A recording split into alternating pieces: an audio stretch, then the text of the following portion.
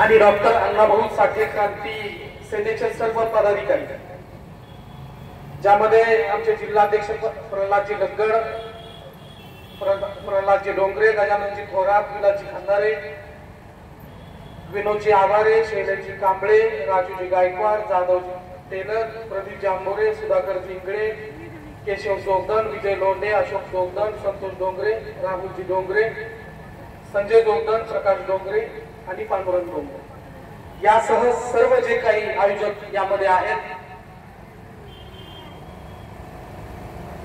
त्या सर्वांच्या वतीनं या ठिकाणी भावनाताईंना प्रचंड अशा मोठ्या पद्धतीनं निवडून देण्यासाठी आपण सगळेजण या ठिकाणी उपस्थित आहोत।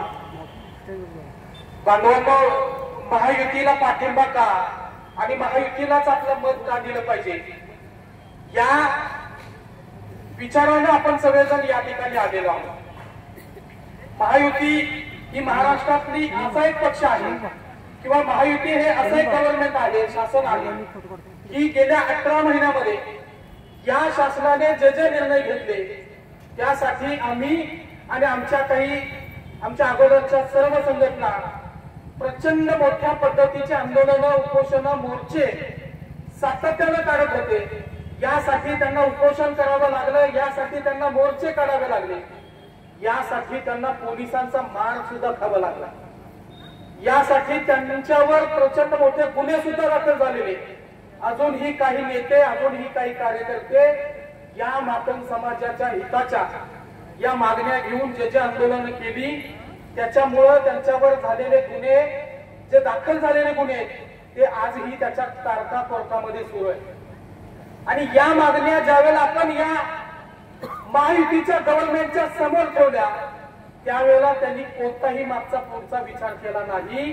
आणि 1 ऑगस्ट या अण्णाभाऊ साठेंच्या जन्मदिनाच्या निमित्तानं, बघा, अण्णाभाऊ साठेंच्या जन्मदिनाच्या निमित्तानं या राज्याचे मुख्यमंत्री माननीय एकनाथभाईजी शिंदे यांनी अण्णाभाऊ साठेंच्या नावानं अण्णाभाऊ साठे संशोधन प्रशिक्षण केंद्र उभा केलं आणि त्याची घोषणा त्या दिवशी केली।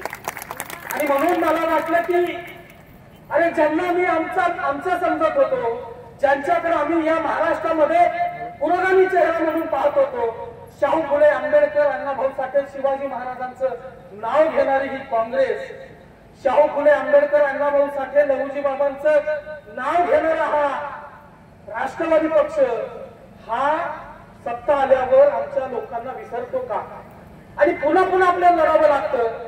मी या निमित्तानं एक गोष्ट तुमच्या लक्षात आणून देतो की ज्या वेळेला अण्णाभाऊ साठे हे रशियामध्ये गेले होते त्यावेळेला रशियामध्ये अण्णाभाऊ साठेंनी छत्रपती शिवाजी महाराजांचा पहिला पोवाडा गायला।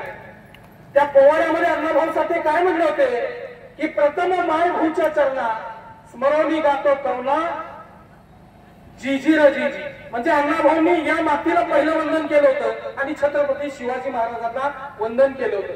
शिवाजी महाराजांचा या भारतामध्ये पहिला पोवाडा महात्मा फुलेंनी गायला आणि या देशाच्या पलीकडे म्हणजे 7 समुद्राच्या पलीकडे अण्णाभाऊ साठेंनी रशिया छत्रपती शिवाजी महाराजांचं महत्व सांगितलं।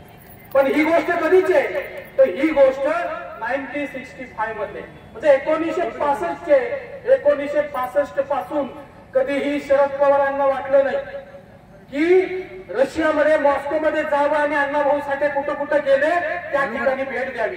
कधीही उद्धव ठाकरेंना वाटलं नाही, कधीही इथल्या काँग्रेसला वाटलं नाही की रशियामध्ये जावं आणि अण्णाभाऊ साठेंचा त्या ठिकाणी झालेल्या सर्व घटनांना एकत्रित करून त्या ठिकाणी पुतळा बसवावा किंवा त्या ठिकाणी स्मारक उभा करावं।